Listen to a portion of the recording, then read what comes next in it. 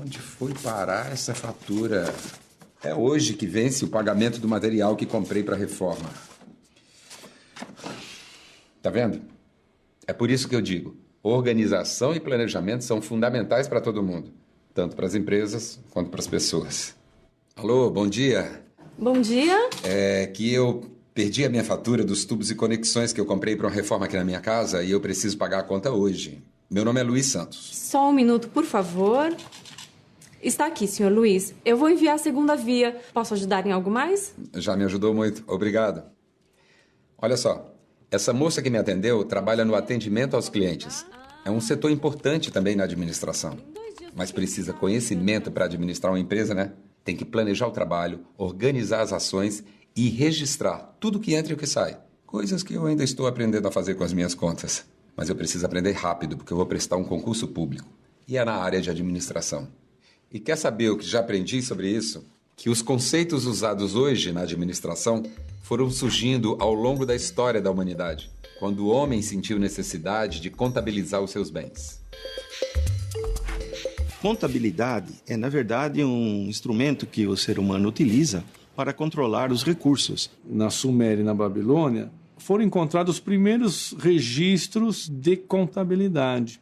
Entre os sumérios, o registro contábil era uma prática para controle do recolhimento de tributos, controle dos estoques de bens. Então eu tenho que registrar os fatos. E esses fatos registrados é o início do conceito de contabilidade. Cadê aqueles grãos? Cadê aquela cebola? Cadê aquele tomate?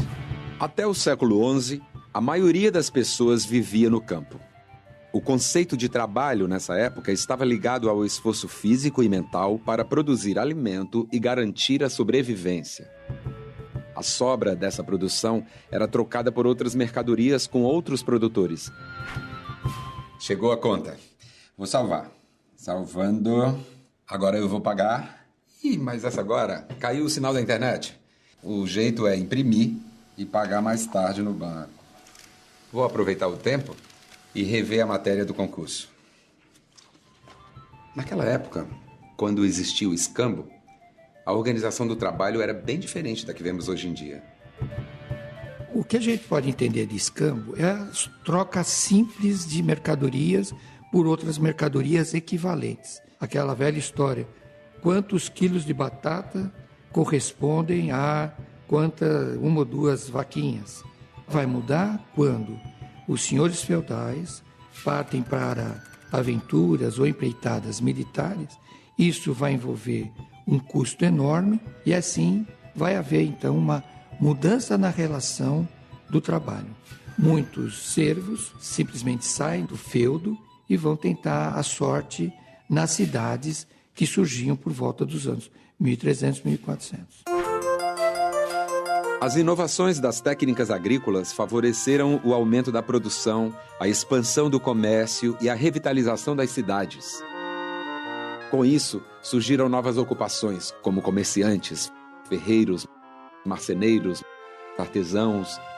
O sistema contábil teve um grande alento em 1202, quando Leonardo de Pisa, conhecido como Fibonacci, publicou Liber Abatte. O livro tratava de conceitos matemáticos como peso, medida e câmbio. O conhecimento comercial e financeiro adquirido com este livro deu origem ao livro caixa de hoje. Outra obra, Contabilidade por Partidas Dobradas, de Frei Luca Pacioli, introduziu conceitos contábeis. Entre outros, contemplou o inventário, formas de abrir e encerrar contas, o registro de lucros e perdas. A ideia de o que tem que pagar, o que tem que receber, qual é o lucro. Então, essas anotações partem de um trabalho conceitual nesses finais dos anos 1400.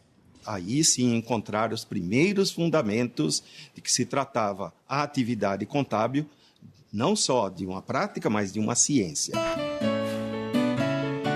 No século XIV, a expansão das cidades e a organização do comércio provocou o surgimento de uma nova classe social, a burguesia. A classe burguesa se associava então aos reis, ao reinado, que eram os governantes da época, e faziam crescer ainda mais o comércio num sentido global. O século XVIII, marcado pelo desenvolvimento das máquinas a vapor, chegou com a primeira revolução industrial na Inglaterra. O artesanato perdeu espaço para a mecanização. Aumentou a procura por operários nas cidades e as famílias migraram em busca de uma ocupação. Nas fábricas, as máquinas reduziram o tempo de produção e transformaram a organização do trabalho. Era um artesão do campo que virava um trabalhador fabril. Então ele ficava dentro de uma fábrica ou dentro de um ambiente produzindo aquilo que ele fazia na sua oficina. Mas havia um grande sofrimento por parte dos operários. Mas isso não era uma preocupação do capitalista industrial. O que ele queria era produção. A segunda revolução industrial aconteceu na segunda metade do século XIX. Foi uma época de grandes invenções que propiciou novos estudos sobre a eficiência ou eficácia da organização do trabalho. Surge também uma melhor aplicação da energia a partir de fontes fósseis, como é o petróleo, a aplicação da energia elétrica. Isso vai movimentar, então, as máquinas que estavam sendo desenvolvidas. Surge também métodos, controles e outras atividades para saber efetivamente o que está acontecendo nas fábricas. Tem o dinheiro certinho. Obrigada. Tchau, obrigado. Eu estou pensando aqui, o que teria levado a esse novo método de organizar o trabalho? Pode-se dizer que Frederick Taylor foi o primeiro pesquisador da atividade industrial. Ele procurou entender a atividade de cada operário, de cada trabalhador, dividindo nos seus movimentos mais básicos e essenciais. Então havia o princípio de cronometrar tempos e movimentos. A falha essencial desse tipo de estudo é que não considerava o ser humano como tal. Surge também, com todo esse controle, com toda essa organização do trabalho, o início do controle de custo de produção. Isso tudo não se perdeu lá em 1900, 1920. Até hoje, nós usamos os conceitos do Taylorismo. Nos Estados Unidos, Henry Ford inovou ainda mais o processo de produção. Para reduzir os custos de fabricação dos automóveis, Ford ganhou mais tempo levando as peças até os operários e criou um sistema de linha de montagem, onde as ferramentas e a montagem do carro era feita em cima de esteiras. E Henry Ford não simplesmente revolucionou o sistema de produção, mas também o sistema de organização. As peças vêm até ele, ele faz a operação dele e pela esteira vai para frente, o outro trabalhador termina a outra parte. Ford, ele foi inovador, oferecendo um carro preto para o mercado. Então, eu quero consumir um carro, eu vou consumir desde que seja o Ford T preto. Fazer com que as pessoas consumissem em massa. Por que preto? Porque uma cor é mais fácil de pintar. A linha de montagem era feita num sistema que daria para montar o carro em pouco tempo com alta rentabilidade. Vou pagar a conta. Vou até o caixa automático porque a fila está menor. Isso me faz até pensar. A automação transformou mesmo a organização do trabalho. Taishi Ohno foi um dos criadores do toyotismo, que surgiu no Japão depois da Segunda Guerra Mundial. O operário tornava-se responsável por várias funções. Era polivalente. O toyotismo foi uma necessidade. O Japão é muito menor do que os Estados Unidos. O Japão tem muito menos matéria-prima. E o Japão tem um mercado infinitamente menor do que o mercado norte-americano. O Japão é um país destruído pela Segunda Guerra Mundial e você precisa, portanto, de simplicidade, de muita cooperação e poucos erros. O primeiro pilar é o compromisso. O segundo pilar, qualidade. Qualidade não é individual. Qualidade é coletiva. E o terceiro, a reciprocidade. Então, o toyotismo ele foi um sucesso porque ele exigiu violentamente, e exigiu, ele tirou o sangue da classe operária japonesa, mas ele deu alguma coisa em troca. Os sindicatos, os representantes dos trabalhadores, vão fazer um acordo com as grandes zaibatsu, zaibatsu equivale a holding, a grande organização. Nós vamos começar a lhes dar um emprego vitalício ou quase vitalício.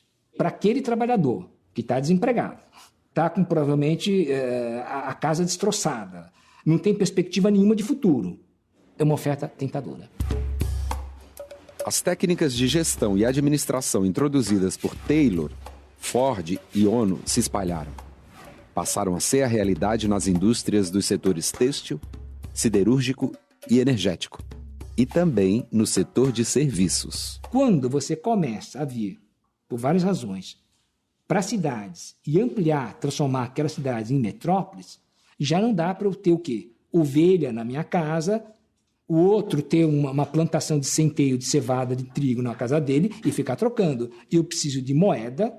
E é claro que esse processo vai demandar o quê? Serviços. Os serviços também vêm em função justamente de uma civilização industrializada. Mais do que isso, uma civilização de consumo. E a fatura? Tá aqui, ó. Paga.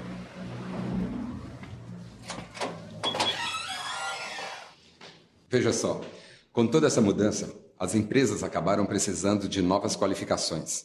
É o caso do assistente administrativo, do almoxarife estoquista e do auxiliar de contabilidade.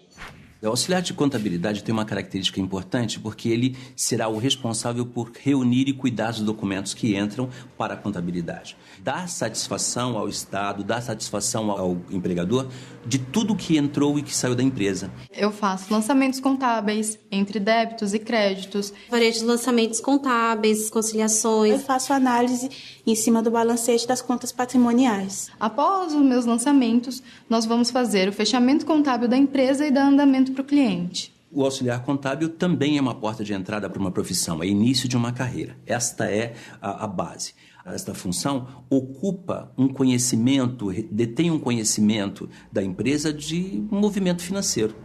Então tem que ter sigilo e tudo mais.